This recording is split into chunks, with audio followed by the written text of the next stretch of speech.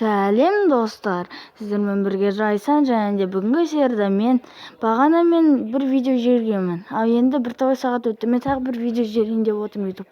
Және де бұл қорқынышты история, қорқынышты әңгіме. Аты Кривой, орыс несінен алғам. Ал енді оны көрейік. Давайте бастайық. Мен аударып отырам. Кривой. Мен өзімнің компьютердің алдында отырып отқанмын. Және де мен бұл уақытта мен сабақ оқитынмын. Өйткені мен сабақты өткізбеуім керек, әйтпесе мен талай уақыттан қалып қоямын. Және досым менің уақыт өте келе маған интернеттен бір сурет жіберді. Және қасында Кривой деген сөз тұрды. ВК-ның қасында тұрды. Және де уақыт өте келе сабақ басталды. Және де апай сабақ айтты. Ал екеуміз бағана суретті көріп кішкене қызығып оттық.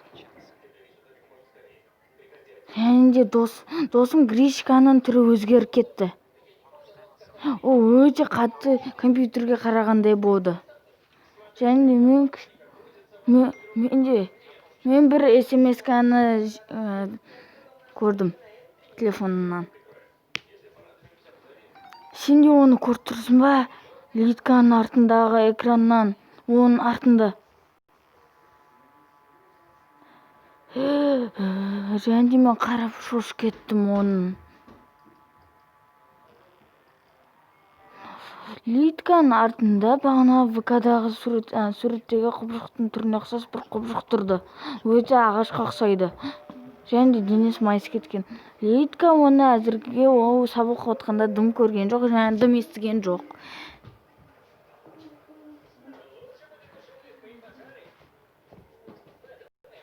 Ей, балалар, Гришка мен сен телефонда алыңдар, сабақ оқысаңдар содан да дейді апай. Апай бізді SMS-ке жазғанымызды көріп қойған шығар деп ойладық. Және де ол кезде Литканың артында не жоқ болып кетті. Мен өзім де көрген жоқпын, қалай ол жоқ болып кеткенін. Және де класстан бүкілі күлді. Және де уақытты тек біз екеуміз қарай бердік. Гришка екеуміз. 5 минут өтті, және бағанағы Кривой фигура бағана Петканың артынан шықты.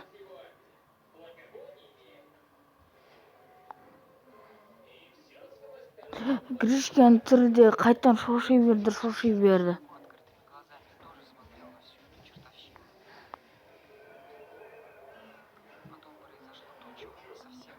Бізді күтпеген зат болды. Ол бағанағы Кривой дуалдың артынан мүмкін емес сияқты өтіп кетті. Мен вообще ешкім оны естіген жоқ, артында жүрген адамдардың.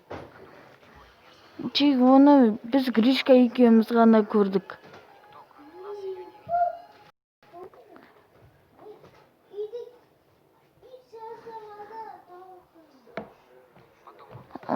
Bir жерге қайттан жоғалып кетті.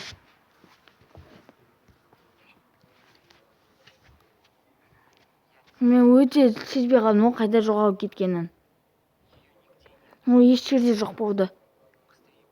Бұл тезірек сабақ бітсе екен, мен қорықпайтын деймін. Мен мониторға қарадым, Гришканың түрі вообще қорқып кетті. Және де SMS-ке жазды. Ол менің сообщенияларыма да жауап берген жоқ. Жаман қорқып тұрды. Және ол маған SMS-ке жіберді. Ол сенің артында.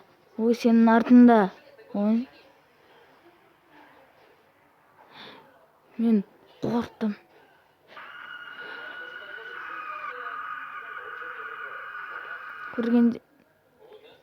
Достар, көргендеріне рахмет. Лайк басып, подписаться етіп кетіңдер. Болды. Пока.